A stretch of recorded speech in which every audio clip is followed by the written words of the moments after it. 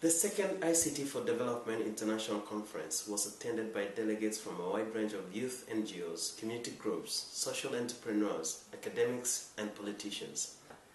Based on a community before technology theme, the conference considered how information and communication technologies can be appropriated by communities in Kenya to promote and sustain community innovation, creativity, development, and growth. This video provides Kenyan youth from different tribal and cultural backgrounds a platform from which they can make their voice heard about atrocities they witnessed and in some cases participated in.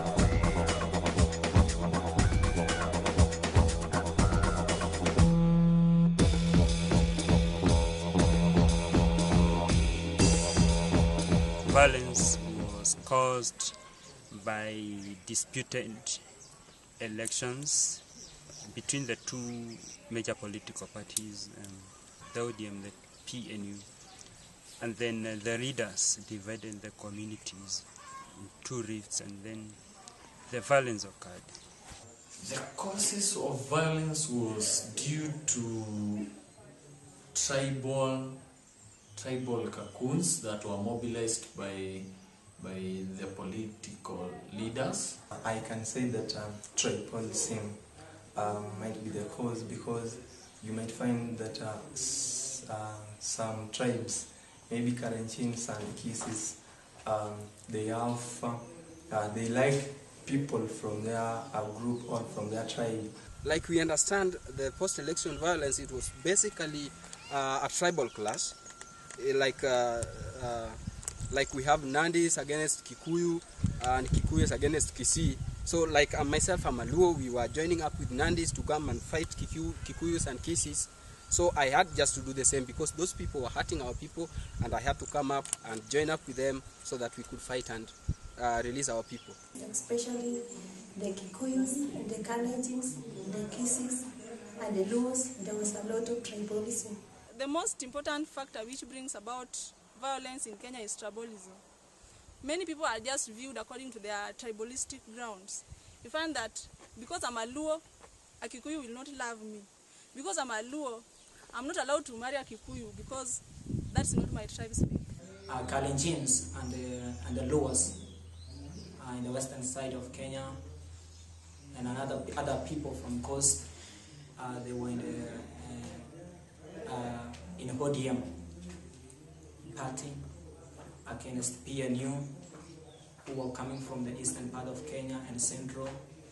So there were much controversies between these two parties.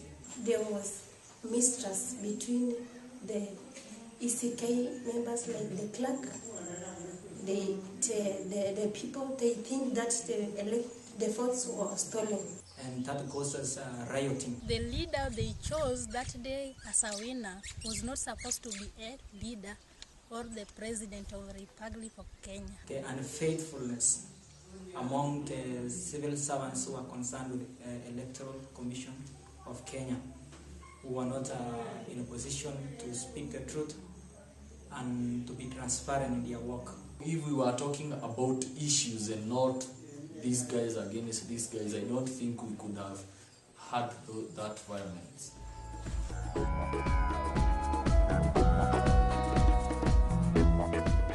It was a very sad moment personally, and as a country, it was a sad moment. It was the collective conscience of a nation. Many people were really affected, especially the grassroots level people.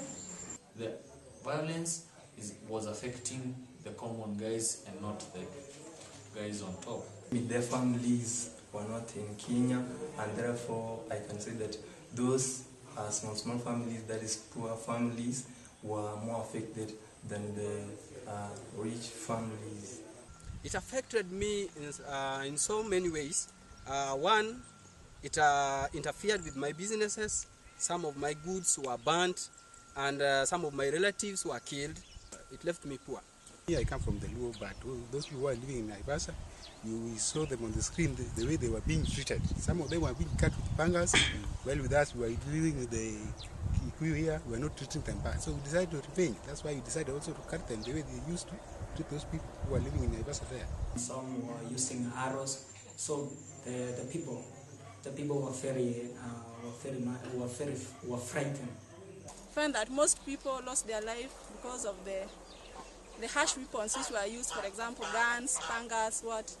People were cut, many things happened, leading to people losing their lives. Many of my goods, were burnt during the post-election violence. My father-in-law was killed. There was no food supply. Transportation was a problem. Communication was a problem. We could not even get airtime. It's like we were under curfew. There was that shoot to kill order, so made us to be scared. We were displaced. I myself, I was displaced from where I lived. I lived among the Kikuyu, so I was displaced. I had to live in a tent. So I was so much affected, I even lost my job. Some of the effects of violence I know so far is it leads to hatred, because after you've fought with someone, I think enmity can grow.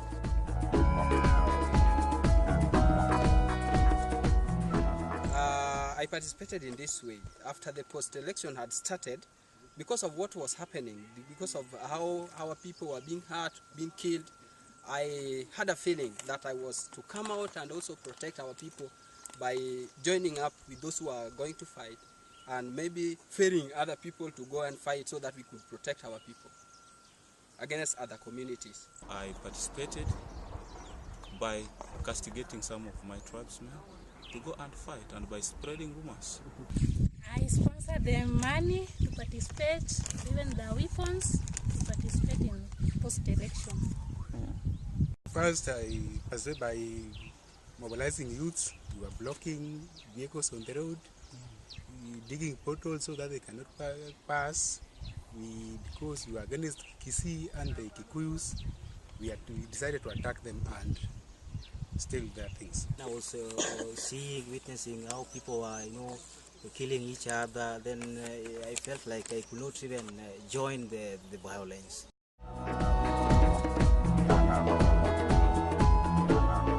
One major thing that can prevent post-election violence, any other that might occur, is transparency in election and national unity. Where I mean, when people are maybe electing their leaders, they are supposed to be left free and do their fair election so that everything is brought to the light. The government, the local communities, and other parties should try and bring the healing process to our nation, and the communities should be educated on tolerance and tolerating each other, tolerating each other's political views and tolerating other people's culture and ethnicity. And then we won't see the repeat of the same in the coming elections. And I think the first thing that we should do is address some of those issues. For example, unemployment for the youth. That is one big issue that is affecting any youth in Kenya, be it a Kikuyu, be it a Kisii, be it a Kalenjin, be it a Luo. To teach the Kenyans advantages and disadvantages of fake politics, and teach them to take always the right turn. To bring people together through the mass media, to preach peace and negotiation. Again, to elect faithful members to the parliament so that they can maintain peace. And another thing is to stop corruption in the country. The leaders themselves who are aspiring to be the president, the MPs, and even to the bottom, like councillors and the chiefs, they are supposed to preach peace among the communities, among the different tribes and the people. First of all, we should preach the peace in our country, Republic of Kenya, to have peace and be a good politicians. And we should talk to our electoral body to do free and fair election. If I were a politician, I would just preach peace and unity in Kenya so that we don't look at any person at another angle, according to the background, according to the tribe. I could really come out to speak the truth, even if I was the person who was being favored. Even before next election, I think it's just better to start preventing violence from now. From the word go, you should just start it now. You should not just wait up to after election, because maybe by that time it will be too late. The bottom-up approach, you can say that the people here on ground need to shape the people you are voting for. So your vote, my vote, your vote is what will shape our leaders, and not our leaders come to shape us. Then all the governance institutions like the electoral commissions, the judiciaries and the executive, they must do their function, and there should be no interference of executive interfering with the judiciary, so that Kenyans and all the politicians at large can have the confidence in the electoral system, in the judicial processes, and in the executive itself. A process in which young Kenyans, no matter what their tribal and cultural origins and backgrounds, come together to work together towards a common cause of peace, tolerance and celebration of diversity through the appropriation and use of information and communication technology.